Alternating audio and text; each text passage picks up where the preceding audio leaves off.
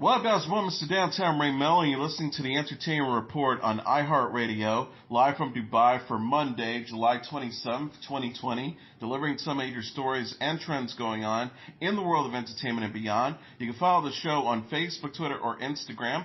Facebook.com/The Entertainment Report with Rae Melo, that's RAYMELO, on Twitter at The Enter Report, or on Instagram at The Entertainment Report. You can listen to the show anytime you want on iHeartRadio. Just go to iHeart.com or your iHeart phone app, search for The Entertainment Report, and it'll take you to the page. I hope everyone had a fantastic weekend. He presided over live morning shows for 4 decades, emceed Who Wants to Be a Millionaire, and served as Joey Bishop's late-night sidekick. Regis Philbin has died. He was 88. Philbin died Friday night of natural causes, according to a family statement. They said his family and friends are forever grateful for the time we got to spend with him, for his warmth, his legendary sense of humor, and his singular ability to make every day into something worth talking about. We thank his fans and admirers for this incredible support over his 60-year career and ask for privacy as we mourn his loss. Unfailing, perky, and personable during his 60-plus years in show business, Philbin hosted live morning programs from Los Angeles and New York from the early 1970s through 2011, shared a cup of coffee and flipped through the morning papers alongside the likes of Ruta Lee, Sarah Purcell, Cindy Gravy, Mary Hart, Kathy Lee Gifford, and Kelly Ripa. Like Jack Parr before him, Philbin engaged his audience with tales about his personal life and the seemingly mundane events of his day. Philbin made his mark in prime time as the host of Who Wants to Be a Millionaire, helping transform the ratings laggard ABC into the #1 network in 1999 to 2000 by drawing audiences of 30 million to a game show that aired 3 and then 5 times a week. A New York native and Adirondack Notre Dame alum, Philbin also played sidekick to Joey Bishop on an ill-fated ABC late-night effort meant to compete with Johnny Carson in the late 1960s. And he later served as David Letterman's frequent foil in scores of guest appearances on CBS's Late Show. According to the Guinness Book World Records, the dapper Philbin, who got his first on-camera job in 1959 at a San Diego TV station, spent nearly 17,000 hours on television, surpassing the record held by Hugh Downs. He was inducted into the Broadcast Hall of Fame in 2006. Widely known simply by his first name, Regis also appeared as himself on dozens of TV series and films, from The Larry Sanders Show, Seinfeld, and How I Met Your Mother, to Woody Allen's Everything You Always Wanted to Know About Sex But Were Afraid to Ask in 1972, where he was a panelist on a mock game show, What's My Perversion, to Night in the City in 1992, and Dudley Do-Right. He also voiced Mabel, the stepsister of Cinderella, in 2 Shrek films. Regis Francis Philbin was born in Manhattan on August 25, 1931, and raised in an Irish-Italian household in the Bronx. His father was a personal director and his mother a housewife. An only child, Philbin graduated from Notre Dame in 1953 with a degree in sociology, then enlisted in the U.S. Navy. He left 2 years later as a lieutenant, then walked unannounced into the office of KCOP-TV in Los Angeles, talking his way into a meeting with program director Al Flanagan. The executive didn't have a job for Philbin, but said he would call him when he did. Instead of hanging around, Philbin returned to New York and, with the help of his uncle, a publicity man for CBS, landed a job at Rockefeller Center in June 1955 as an NBC page. He got on TV for the first time when he was seen holding open the studio elevator doors for Eddie Fisher, who had just sung his final number of the season on a show and was leaving for vacation. The studio is now the home to Late Night with Seth Meyers. 6 weeks into his career as a page, Philbin was surprised when Flanagan phoned, offering a position as a KCOP stagehand. He accepted and was promoted to news writer before leaving to work as a reporter at a small San Diego radio station. He joined KFMB-TV, then became a feature reporter and anchor for KOGO-TV, now KGTV, in 1960. He also convinced the station to give him a live Saturday night talk show. Philbin said in a 2006 interview for the website The Interviews, An Oral History of Television, "I love Jack Parr. It seemed to me Parr was coming out of The Tonight Show and just sitting on the edge of a desk and talking to people about what he had seen and what he had done that day. That reminded me of the candy store back in the Bronx, where we were just told each other stories. I said maybe I could do that." The Regis Philbin Show aired live from 11:15 p.m. to 1 a.m., debuted in October 1961, and the new host opened it just like Jack did sitting in a stool. I had a whole week of experiences that I could tell the audience about. The response was extraordinary. He wrote, produced, and booked the guests, among them Jerry Lewis, Richard Nixon, Ronald Reagan, Walter Winchell, Don Adams, and Bill Dana himself. A mention of him in a Winchell column put him on the radar in Hollywood, and suddenly he was hired in 1964 to replace the departed Steve Allen on the late-night syndicated talk show owned by Westinghouse. Philbin, though, was fired a couple of months later. He said, I was thrown into Hollywood to associate producers and writers. I didn't know how to tell a joke. That wasn't me. I would tell you a funny story about what I had done, who I had seen, but jokes were different. I could not handle it. Philbin bounced back as the announcer and sidekick a la Ed McMahon on ABC's The Joy Bishop Show, with Bowd in April 1967. Bishop, who was the member of the Rat Pack with Frank Sinatra, Dean Martin, Sammy Davis Jr., had regularly subbed for Carson on Tonight Show. To get the nervous host to relax, Philbin would walk around Hollywood, where the show was taped, with Bishop every day. Philbin didn't relish being the straight man or the target of Bishop's roasters, and after hearing whispers that he was being blamed for the show's poor ratings, he walked off the set in 1968 and went missing for a week. Philbin said in an interview with Esquire in 1997, every night I had to come up with something different. Joy never knew what it would be, didn't want to know. He would just counterpunch, his specialty. But if it didn't pay off or wasn't cute, it was my fault. The program was canceled in December 1969 and was replaced by The Dick Cavett Show. Philbin then hosted Tempo, a 3-hour morning show on LA's KHJ-TV, which co-hosts included Lee. A program for a CBS affiliate in the Midwest called Regis Philbin Saturday Night in St. Louis, another morning show in Chicago, and a short-lived talk show for NBC that had replaced one that was fronted by David Letterman. Things settled down when he was paired on AM Los Angeles at KABC-TV with Porcel and Ann Garvey, the wife of Dodgers first baseman Steve Garvey, from 1975 to 1983. And he returned to his hometown to reunite with Garvey on the morning show at WABC-TV. Kathy Lee Johnson of Gifford joined Philbin in 1985, and ratings for the renamed Live with Regis and Kathy Lee soared. The show, owned by the station, became nationally syndicated in 1988, but only after Philbin threatened to quit if it wasn't. Gifford departed in July 2000, and Ripa was picked as her permanent replacement in February 2001. In November 2011, after 28 years, Philbin retired from the show, which he taped across the street from his apartment on the Upper West Side, eventually being replaced by Michael Strahan.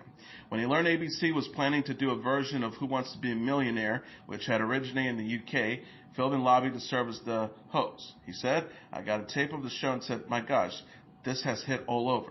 Someone walks off the street and wins $1 million. I just love the whole format. It wasn't even on the ABC list. I had to pitch pretty hard to even be considered for it. Who Wants to Be a Millionaire, executive produced by Micah Davies, debuted on August 16, 1999, and aired almost 400 times in primetime before it expired in 2002 amid viewers' exhaustion.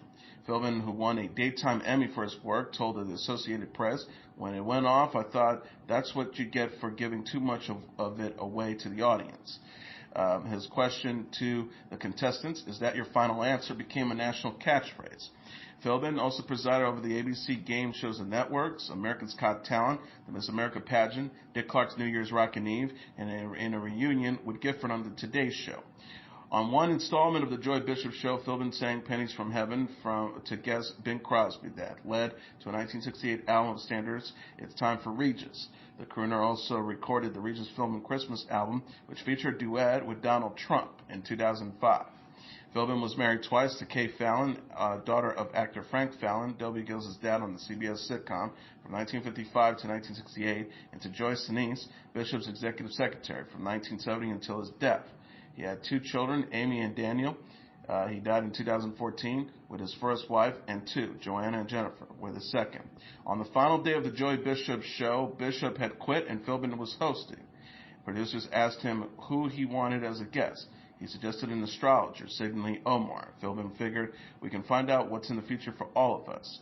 He said Sidney came on and told me what was going to happen to Joey, what was going to happen to Johnny Mann, the band leader, and finally he got to me. He says, you know, your name is going to be a household word in this country. I said, really? When? He says, well, it's not going to happen right away. Well, how long is it going to take? 6 months? A year? This was December 1969. He says, it's going to be 20 years. Sure enough, Live with Regis and Kathy Lee didn't get syndicated around the country until the 1988-1989 season. It was 20 years, and he was right.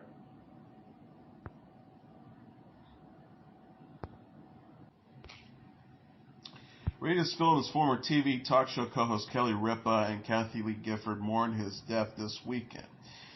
Ripa and her current live co-host Ryan Seacrest said on Instagram Saturday, "We are beyond saddened to learn about the loss of Regis Philbin.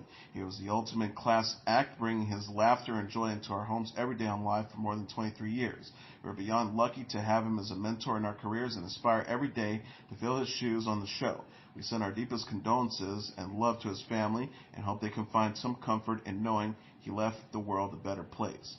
Gifford wrote on her own post on Saturday, "There are no words to fully express the love I have for my precious friend Regis. I simply adored him, and every day with him was a gift. We spent 15 years together, bantering and bickering and laughing ourselves silly, a tradition and a friendship we shared up to this very day. I smile knowing where in heaven at this moment he's making someone laugh. It brings me great comfort knowing that he had a personal relationship with his Lord that brought him great peace. I send all the love in my heart to Joy, to his children, and to the rest of his family, and to the innumerable people he touched over his legendary life. There has never been anyone like him, and there will never be anybody like Regis Philbin." Olivia de Havilland, the delicate beauty and the last remaining star of Gone with the Wind, who received her 2 acting Oscars after helping to take down Hollywood's studio system with the landmark legal victory in the 1940s, died Sunday. She was 104. De Havilland died of natural causes in her home in Paris, where she lived for more than 60 years, publicist Lisa Goldberg announced. She was the oldest sister and rival of fellow Academy Award-winning actress Joan Fontaine. Fontaine won her only Oscar in 1942 for Suspicion, beating out fellow nominee de Havilland. De Havilland captured her Best Actress Oscar statuettes for To Each His Own in 1946, in which she played an unwed mother who is forced to give up her baby and loves her from afar, and The Heiress in 1949, where she starred as a vulnerable woman who falls hard for a handsome journeyman played by Montgomery Clift against the wishes of her emotionally abusive father played by Sir Ralph Richardson. She was the oldest surviving Oscar-winning actress. For her performance as the sweet and suffering Melanie in Gone with the Wind in 1939, de Havilland earned her first Oscar nom, but in the supporting actress category, but she lost to fellow cast member Hattie McDaniel. She also was nominated for her turns in Hold Back the Down in 1941, where she played a spinsterish schoolteacher wooed by Charles Boyer, and The Snake Pit in 1948, a harrowing film that had de Havilland's character in an asylum for reasons she can't recall. It was one of the earliest films to attempt a realistic portrayal of mental illness and perhaps the most challenging role of her fabled career. In addition to her award-winning turns, de Havilland was a true star, playing in a number of the day's most popular movies. She appeared in 9 films at Warner Brothers opposite the dashing Errol Flynn, including The Adventures of Robin Hood in 1938, where she played a sweet maid Marian, and she teamed with director Michael Curtiz 9 times as well. Late Turner Classic Movies host Robert Osborne wonderfully captured the essence of de Havilland and her career. They were close friends and spoke almost every Sunday for years. In a video where the actress was named the channel's Star of the Month in July 2016.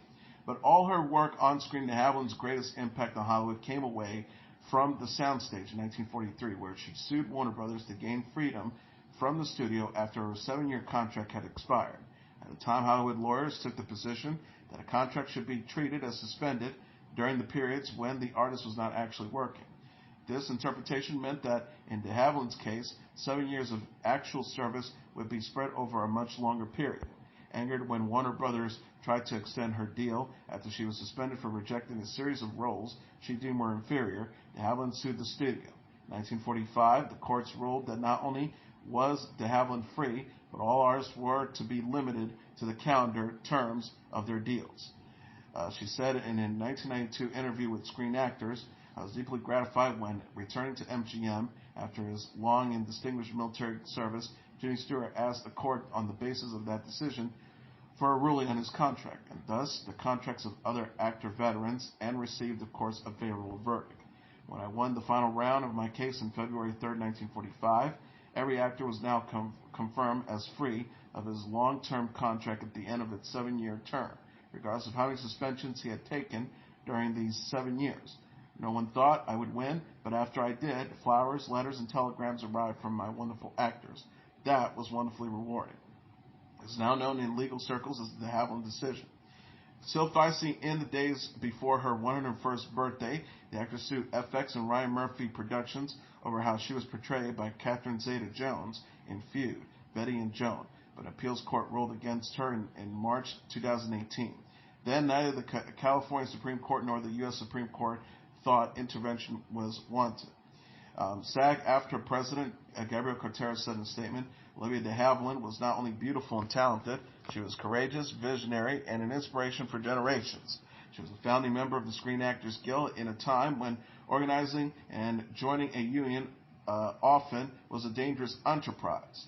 SAG-AFTRA members will forever be grateful to Ms. de Havilland for her contributions to the founding of our union and the protection of its members. She is a marvel and a legend. Peter Green, the co-founder of the rock band Fleetwood Mac, has died, his family said in a statement Saturday. He was 73. The blues guitarist family said through Green's lawyers, it was with great sadness that the family of Peter Green announced his death this weekend peacefully in his sleep. A further statement will be provided in the coming days. Green formed Fleetwood Mac with drummer Mick Fleetwood in 1967, then left the group in 1970 as he struggled with mental illness. He was eventually diagnosed with schizophrenia, but he continued to perform for years. He was inducted into the Rock and Roll Hall of Fame in 1998 alongside Fleetwood, Stevie Nicks, Lindsey Buckingham, John McVie, Christine McVie, Danny Kerwin, and Jeremy Spencer. AMC says The Walking Dead World Beyond, the third installment in its Walking Dead franchise, is set to premiere October 4th. The show follows young adults who grew up during the zombie apocalypse. Its cast includes Alexa Mansour, Nicholas Cantu, and Julia Ormond. Season 11 of the flagship show, The Walking Dead, was delayed due to the coronavirus pandemic, which had shut down film and TV productions in the United States for the past 4 months. Season 10 of the series, led by Norman Reedus and Melissa McBride, was preempted in April. The episode that was supposed to serve as the season finale will now air on October 4th, with 6 additional Season 10 episodes slated to follow in 2021. The Walking Dead showrunner Angela Kang said during a Comic-Con at-home panel discussion Friday, obviously COVID has disrupted a lot of things for every workplace, including ours. The writer's room for Season 11 has been going remotely the past few months. We haven't been able to start production, but we will get back to work as soon as we safely can. We will not be airing Season 11 episodes this year as we normally would in October, but we're excited to announce an extended Season 10 where there will be 6 extra episodes to follow the finale. Those will run in early 2021 if all goes well. We will work on those now, and we will have more to share soon. Season 6 of Fear the Walking Dead, starring Lenny James and Coleman Domingo, is scheduled to kick off on October 11th. Rick and Morty voice actor Spencer Grammer was not seriously injured during an altercation with a disgruntled customer at the New York City restaurant where she was dining this weekend. Staff at the Black Ant in Manhattan refused to serve the unidentified, apparently intoxicated man because the restaurant was getting ready to close Friday evening, TMZ reported. The man responded by threatening patrons and employees with a knife. The New York Post says Grammer and her 32-year-old friend Jan Philip Mueller were assaulted when they tried to intervene. Grammer, who is the daughter of Frasier star Kelsey Grammer, was cut in the arm, and Mueller suffered a laceration to the back, police said in a press release. The man fled the scene on foot. Kelsey Grammer told People.com Saturday, there are elements of truth to the story, but Spencer was not slashed. She is fine. Spencer Grammer is also known for her roles in Greek, Ironside, and Tell Me a Story. Riverdale and Finding Carter actress Vanessa Morgan has announced on Instagram that she's pregnant with her first child. She said on Friday, was debating keeping this part of my life hidden, but I know people would see pictures eventually with my belly, and I wanted you guys to hear from me. I do want to keep this chapter of my life private, but did want to be the first to share the news. I'm overjoyed to be welcoming my baby boy into this world this January.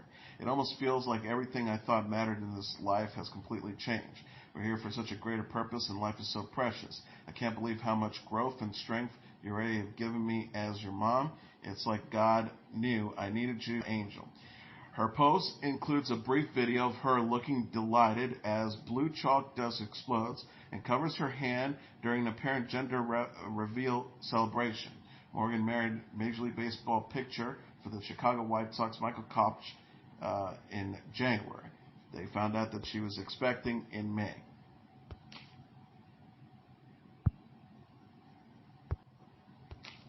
Tarek El Moussa announced on Instagram that he is engaged to his girlfriend and fellow reality TV star Rae Young. El Moussa captioned, she said yes, Saturday, outdoor photo of him putting a ring on her finger as she laughs, hashtag flipping her last name. Young said in a post on her own account she shared on the same photo the future Mrs. Tarek El Moussa. El Moussa is the star of the reality TV show Flip or Flop and Young hosts Selling Sunset. People.com reported El Moussa presented Young with an 8-carat colorless emerald-cut diamond while they were on a boat to California's Catalina Island. They were celebrating their first-year anniversary of dating. He says, Young wrote in an earlier post, Tarek and I had such an amazing time celebrating our anniversary with the romantic dinner on the boat. As many of you know, I'm vegan and have been for a while, and sometimes that can make our dinner plans a little bit complicated, but the chef from at Bon Appetit Agency prepared a 4-course meal for us with the most amazing vegan options for me. I can't wait to spend the rest of my weekend with my love at The Real Tarek El Moussa. El Moussa was previously married to his Flip or Flop co-star Christina Anstead. They are the parents of daughter Taylor and son Braden.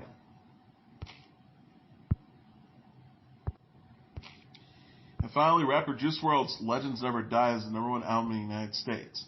Coming in number 2 on the Billboard 200 charts dated Saturday is Pop Smoke's Shoot for the Stars, Aim for the Moon, followed by the Hamilton Cast album at number 3, Little Baby's My Turn at number 4, and Post Malone's Hollywood's Bleeding at number 5.